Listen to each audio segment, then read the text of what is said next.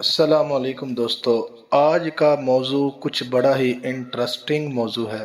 آپ نے سنا ہوگا کہ لوگ کہتے ہیں کہ دیواروں کے بھی کان ہوتے ہیں، اور جب زبان سے بات نکلتی ہے تو پھر وہ دور تک نکل جاتی ہے۔ راز کو اپنے اندر ہی رکھنا چاہیے۔ کچھ لوگ کہتے ہیں کہ زبان سے نکلی ہوئی بات اور بندوق سے نکلی ہوئی گولی کبھی واپس نہیں آتی۔ تو آئیے اس انٹرسٹنگ بات پہ آپ کو ایک بہت ہی پیارا واقعہ سناتے ہیں۔ ایک بادشاہ تھا، اس کا بچہ جب پیدا ہوا تو اس کے کان گدھے کے کان کی طرح تھے، یعنی اس کے کان جیسے گدھے کے کان ہوتے ہیں اس طرح کے تھے۔ تو وہ اپنی بات کو، اس راز کو رایا سے چھپائے ہوئے اپنے بیٹے کو باہر نہیں نکالتا تھا، حتیٰ کہ اس نے کسی کو بتایا بھی نہیں تھا کہ میرا کوئی بیٹا ہے یا میرا بیٹا پیدا ہوا، اس کے گدھے کے کان ہیں۔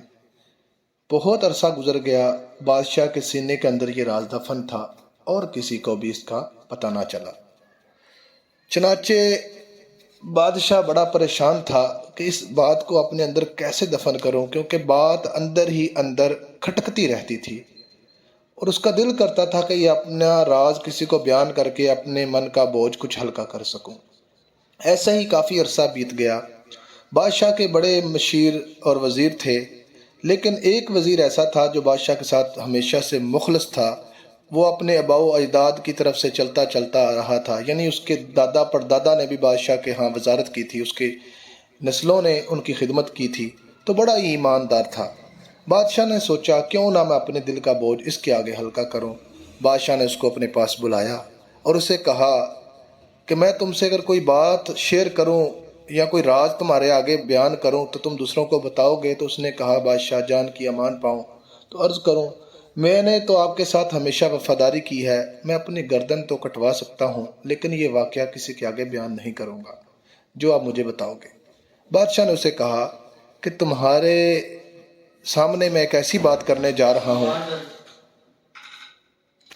چنانچہ بادشاہ نے اس کو بتایا کہ میرا بیٹا ہے تو اس کے کان گدھے کی کان کی طرح ہیں، اور میں نے یہ بات آپ سب سے چھپائی ہوئی تھی کہ میرا بیٹا بھی ہے اور اس کے کان گدھے کے کان کی طرح ہیں۔ وزیر نے جب یہ سنا تو اس نے کہا بادشاہ اب یہ راز میرے اندر دفن رہے گا، مر تو جاؤں گا لیکن کسی کو بتاؤں گا نہیں۔ کچھ عرصہ گزرا، وزیر کے دل میں یہ بات کھٹکتی رہی، اس سے یہ بات اندر ہی اندر کھائے جا رہی تھی اور اس کے پیٹ میں ڈگمگا رہی تھی، کیسے میں کسی کو بتاؤں گا تو بادشاہ مار دے گا۔ چنانچہ اس نے ایک فیصلہ کیا، وہ جنگل میں گیا جہاں درخت تھے، بانس تھے، بہت زیادہ پودے تھے۔ اس نے وہاں کھڑے ہو کر دیکھا، دور دور تک کوئی بندہ نہیں تھا، تو اس نے زور زور سے چلا کے کہا کہ بادشاہ کا جو بیٹا ہے نا اس کے کان گدھے کے کان کی طرح ہیں، بادشاہ کا جو بیٹا ہے اس کے کان گدھے کے کان کی طرح ہیں۔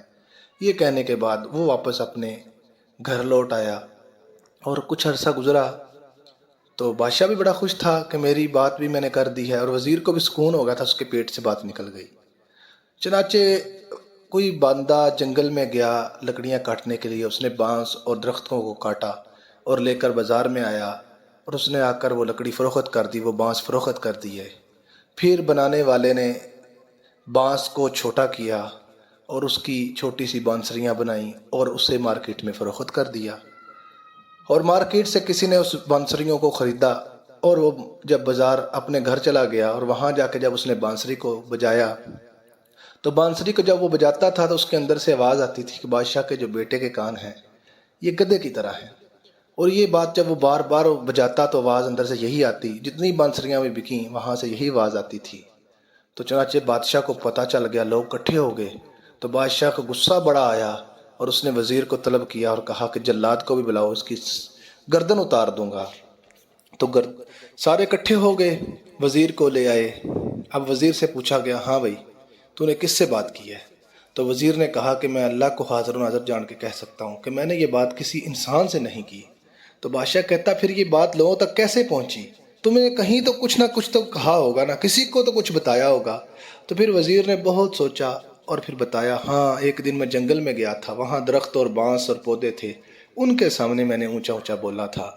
تو بادشاہ نے جب یہ سنا تو کہا ہاں کسی نے سچ ہی کہا ہے کہ دیواروں کے بھی کان ہوتے ہیں، اور جب بات زبان سے نکل جاتی ہے، منہ سے نکل جاتی ہے تو پھر واپس نہیں آتی. تو اس لیے یہ ایک کہانی ہے اور اس کے پیچھے بہت حقیقت چھپی ہوئی ہے.